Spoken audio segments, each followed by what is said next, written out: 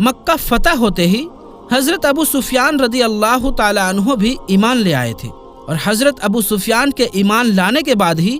بنو ہاشم اور بنو امیہ کے خاندان کے بیچ کی جو نفرتیں تھیں وہ ختم ہو چکی تھی۔ اس کے بعد حضرت ابو سفیان نے اپنی پوری فیملی اور خاص طور سے اپنے بیٹے حضرت امیر معاویہ کے ساتھ پوری زندگی اسلام کی خدمت میں ہی گزاری۔ لیکن دوستو، بنو امیہ اور بنو ہاشم کی دشمنی اس وقت ختم ہوئی تھی کہ جب حضرت محمد مصطفیٰ صلی اللہ تعالی علیہ وسلم اس دنیا سے ظاہری طور پر رخصت ہونے سے بالکل قریب تھے۔ حضرت محمد مصطفیٰ صلی اللہ تعالی علیہ وسلم کے ظاہراً اس دنیا سے تشریف لے جانے کے بعد بھی بنو امیہ اور بنو ہاشم کے درمیان حضرت ابو بکر صدیق اور حضرت عمر فاروق رضی اللہ تعالی عنہ کے دور میں سب کچھ صحیح چلتا رہا، لیکن پھر اچانک سے بنو ہاشم اور بنو امیہ کے رشتے تیسرے خلیفہ یعنی حضرت عثمان غنی رضی اللہ تعالی عنہ کے دور میں، جو کہ خود بنو امیہ سے تعلق رکھتے تھے، خراب ہو گئے۔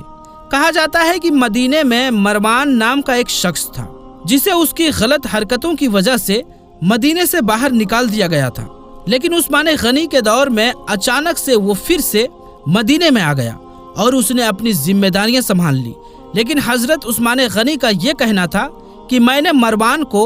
حضور صلی اللہ تعالی علیہ وسلم سے معافی منگوائی ہے، لیکن اس مروان کی وجہ سے ایک باغیوں کا گروہ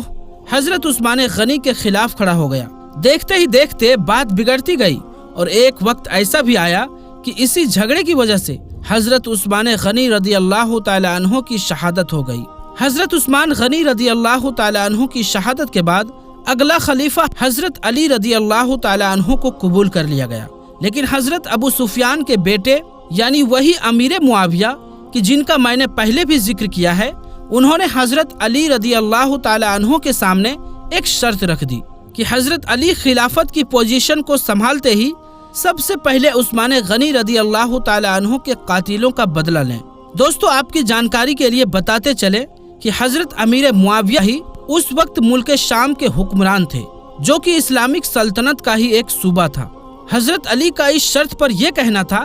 کہ میں ابھی بدلہ نہیں لے سکتا ہوں، کیونکہ مدینے کے حالات خراب ہیں۔ اگر ہم ابھی عثمان غنی کے قاتلوں سے بدلہ لے لیں گے تو مسلم سلطنت کی راجدھانی یعنی مدینے کے حالات اور زیادہ خراب ہو جائیں گے، دشمن اور تعداد میں بڑھتے چلے جائیں گے۔ اسی لیے پہلے مدینہ کی موجودہ حالات کو صحیح ہونے دیا جائے، اس کے بعد ہی عثمان غنی کے قاتلوں سے بدلہ لیا جائے۔ لیکن اس بات کو لے کر حضرت علی اور حضرت امیر معاویہ کے درمیان جھگڑا بڑھتا چلا گیا، اور ان دونوں صحابیوں کے بیچ ہونے والے اختلاف کا سب سے زیادہ فائدہ ان لوگوں کا ہوا جو منافق تھے، یعنی جو ظاہری طور پر تو مسلمان تھے لیکن اندر سے مسلم دشمن تھے۔ ان لوگوں نے اس موقع کا فائدہ اٹھا کر مسلمانوں کو آپس میں ہی لڑا دیا، اور اس طرح سے مسلم اتہاس میں پہلی بار سول وار ہوا، یعنی جسے ہندی میں گرہ یدھ کہا جاتا ہے۔ ایک مسلم کی تلوار اپنے دوسرے مسلم بھائی پر ہی اٹھ چکی تھی۔ دوستوں،